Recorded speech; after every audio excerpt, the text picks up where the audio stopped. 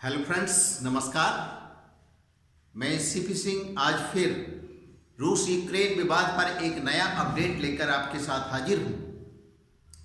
आज हम चर्चा करेंगे रूस यूक्रेन युद्ध की थोड़ी पृष्ठभूमि और उसके दुनिया और भारत पर पड़ने वाले प्रभावों की।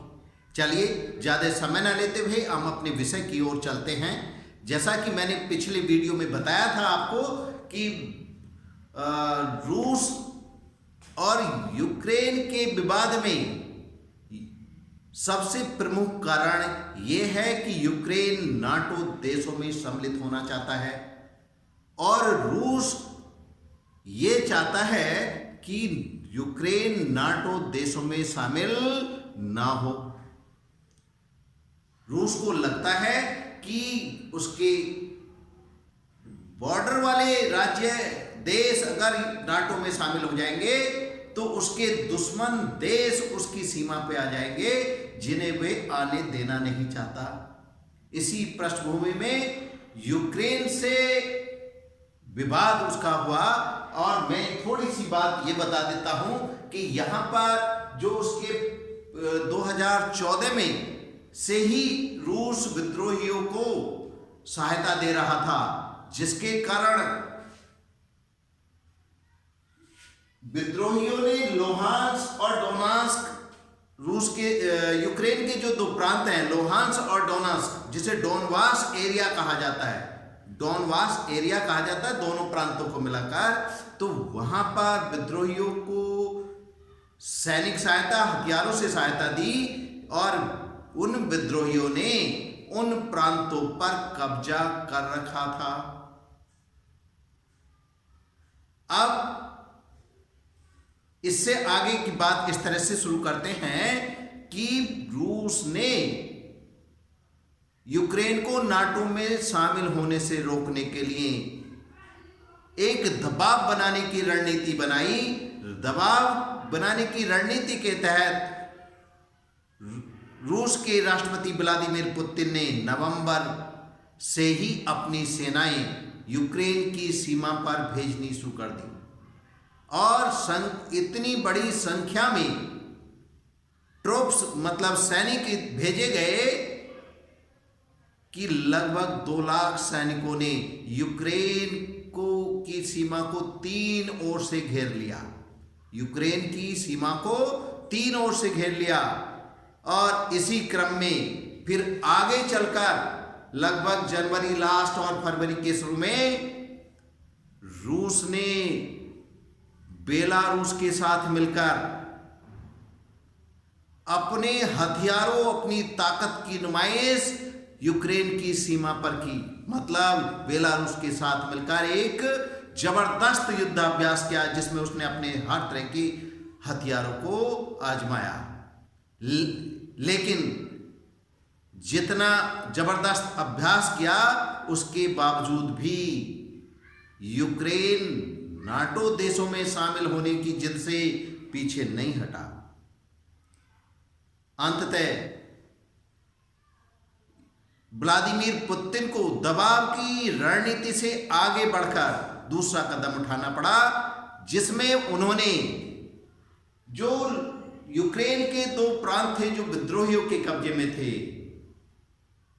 21 फरवरी 2022 को उन दोनों प्रांतों मतलब लोहांस्क और डोनेत्स्क को रूस ने स्वतंत्र देश की मान्यता दे दी और उन विद्रोहियों के प्रमुख जो विद्रोहियों ने अपनी काम चलाऊ सरकार वहां बनाई हुई थी उनके साथ एक सैनिक समझौता किया। क्या अब यहां एक समझने की बात है, क्या कोई देश अगर किसी दूसरे देश के किसी प्रांत को स्वतंत्र राष्ट्र घोषित कर दे तो क्या वो स्वतंत्र राष्ट्र बन जाता है? ऐसे अगर होने लगे तो कोई भी देश दूसरे राष्ट्र को मतलब दूसरे देश के राज्यों को स्वतंत्र राष्ट्र घोषित करने लगेंगे। पहली बात, उन प्रांतों की जनता नए राष्ट्र के निर्माण के लिए राजी हो, चूंकि इन दोनों प्रांतों में पहले से ही विद्रोहियों का कब्जा था। लगभग 80 to 90% इन दो प्रांतों में रूसी मूल के लोग रहते हैं, रशियन लोग रहते हैं, रशियन बोलते हैं।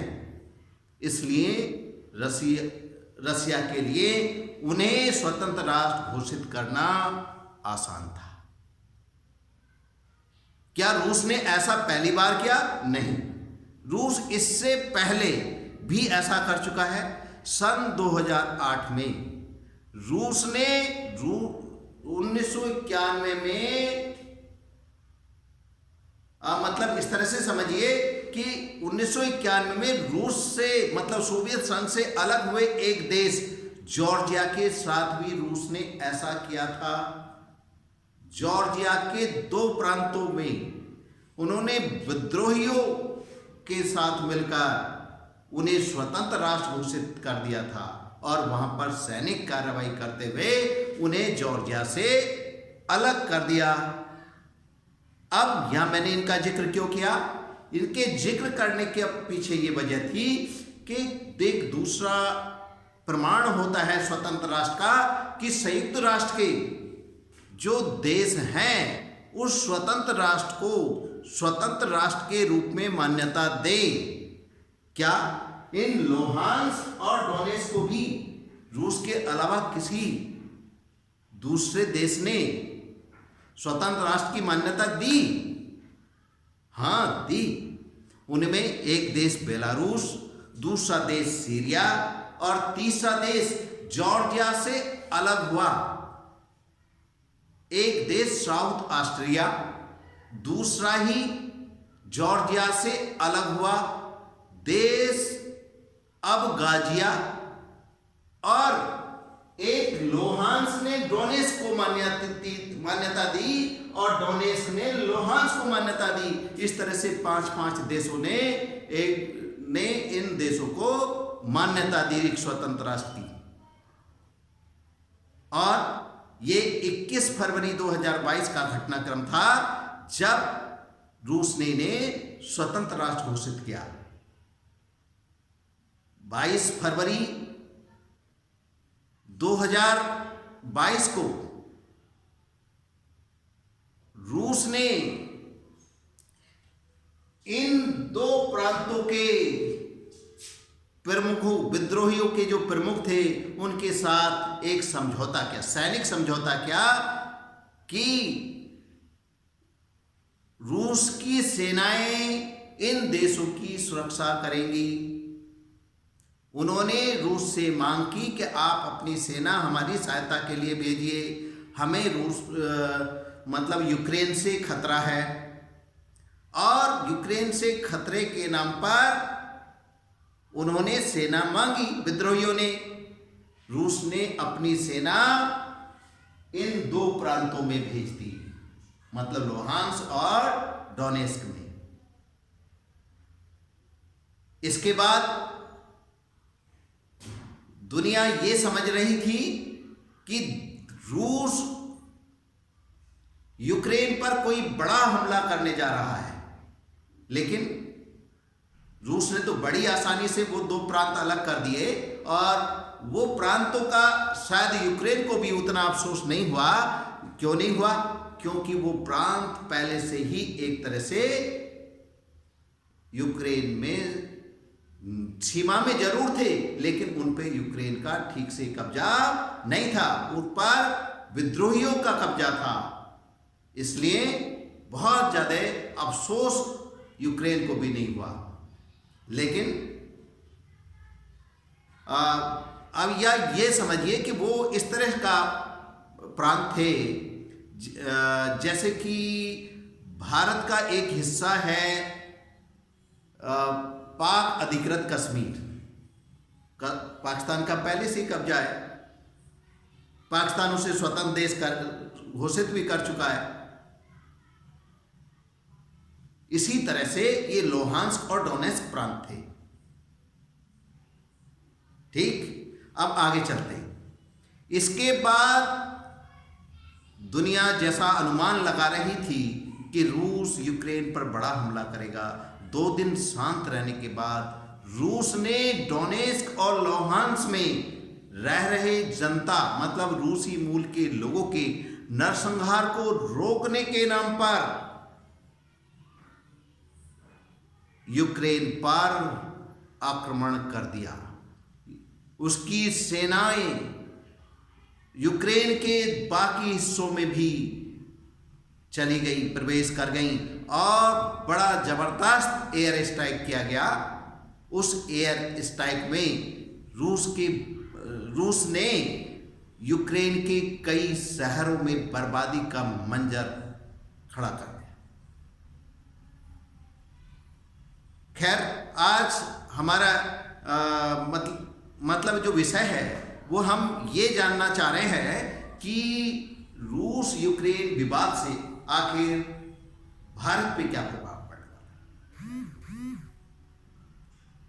रूस यूक्रेन विवाद का सबसे बड़ा प्रभाव तो ये है कि इसकी ये आशंका है कहीं ये युद्ध तीसरे विश्व युद्ध के रूप में परिवर्तित ना हो जाए। अगर ये तीसरे विश्व युद्ध के रूप में परिवर्तित होता है तो ये युद्ध एक देश में नहीं रहेगा, फिर ये दुनिया के बहुत सारे कोनों में जाएगा, बहुत सारे देशों में होने लगेगा। इसका दुनिया पर बहुत बड़ा विनाशकारी प्रभाव पड़ेगा और जब ये विश्व युद्ध के रूप में परिवर्तित होगा तो इसमें उन घातक हथियारों का प्रयोग होने की संभावना है जो अभी तक रूस ने भी प्रयोग नहीं करे हैं। इसलिए इसका सबसे बड़ा प्रभाव तो इसको रोकना इसलिए जरूरी है कि ये विश्व युद्ध का रूप ना ले ले। दूसरी बात, ये दुनिया में युद्ध कहीं भी हो फर्क सब पे पड़ता है। वो भारत पर भी पड़ेगा, दुनिया के दूसरे देशों पर भी पड़ेगा। उसी तरह से अगर पड़ोसी का घर जलता है तो आंच दूसरे को भी आती है, उससे परेशानी होती है। वैसे ही अगर युद्ध रूस और यूक्रेन में हो रहा है लेकिन उसके फर्क भारत में भी पड़े। भारत का रूस के साथ बड़ा व्यापारिक रिश्ता है, बहुत बड़ा व्यापार है भारत का रूस के साथ। वो व्यापार प्रभावित होने की संभावना बन जाएगी जब रूस युद्ध में घिर जाएगा। दूसरा, यूक्रेन के साथ भी भारत के ठीक ठाक रिश्ते हैं। यूक्रेन से भी लगभग $3 बिलियन का हर वर्ष व्यापार होता है, जिसमें हम जो यूक्रेन से मंगाते हैं उसमें कुकिंग ऑयल, सूरजमुखी का तेल और स्टील, लोहा, प्लास्टिक और कुछ जो न्यूक्लियर रिएक्टर या बॉयलर आदि इस तरह की चीज़ें वहाँ से मंगाई जाती हैं यूक्रेन से। तो वो उनका जो आपूर्ति है वो रुक जाएगी, जिससे उन चीज़ों के दाम बढ़ जाएंगे। कुछ चीज़ें ऐसी हैं कि हम भी यूक्रेन भेजते हैं जिनमें दवाएं हैं, केमिकल्स हैं और बहुत सारी चीज़ें, मशीनरी वगैरह हम भी भेजते हैं वहाँ पर। उनका निर्यात रुक जाएगा, जिससे भारत को मिलने वाली विदेशी मुद्रा कम होगी। भारत को नए सहयोगी तलाशने होंगे उनकी आपूर्ति के लिए। दूसरी बात, ये यूक्रेन और मुख्यतः रूस कच्चे तेल मतलब क्रूड ऑयल जो पेट्रोलियम पदार्थों का बेस है उसके प्रमुख उत्पादक है। रूस तो प्रमुख उत्पादक देशों का एक बहुत बड़ा हिस्सा, कच्चे तेल में लगभग 15% की उसकी हिस्सेदारी है और गैस, प्राकृतिक गैस जो CNG और LPG, इनमें रूस की हिस्सेदारी लगभग दुनिया के उत्पादन का 1/3 लगभग 30 से 35% की हिस्सेदारी है। जिससे वो सारी प्रभावित हो जाएगी।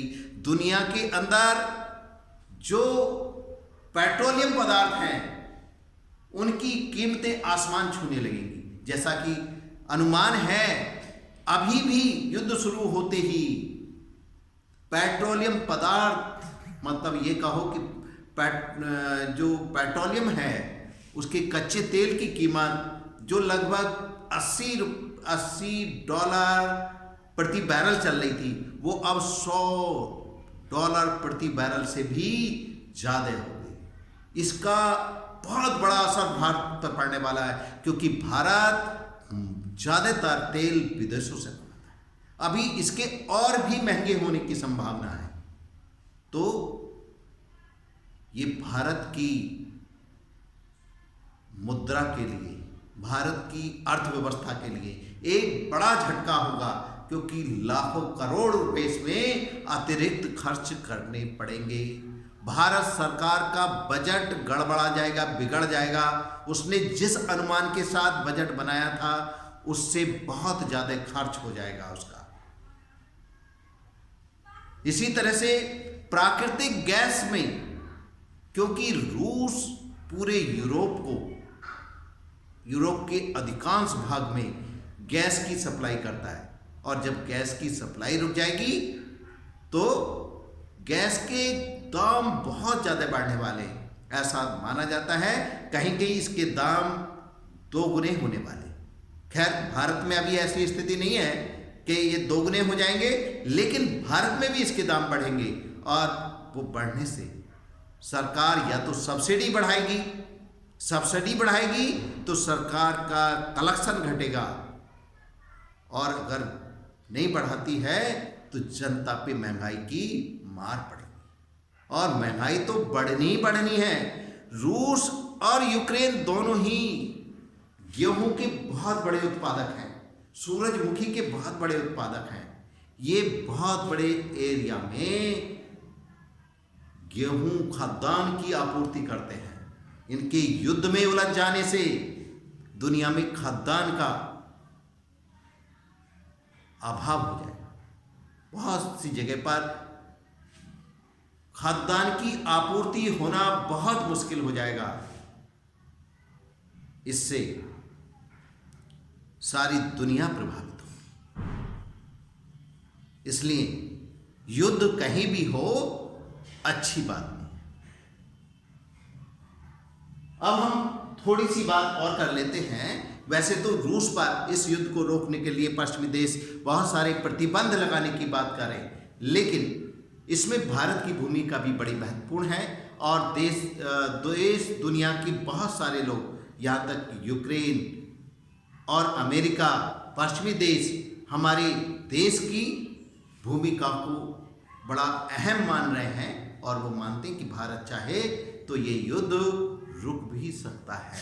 तो भारत भी अपना इसमें रोल प्ले करेगा, और किस तरह से करेगा, कुछ इसके भारत की क्या भूमिका होगी, इस पर मैं अपना विश्लेषण इससे अभी थोड़े दूसरे वीडियो में डालता हूँ। जय हिंद, जय भारत।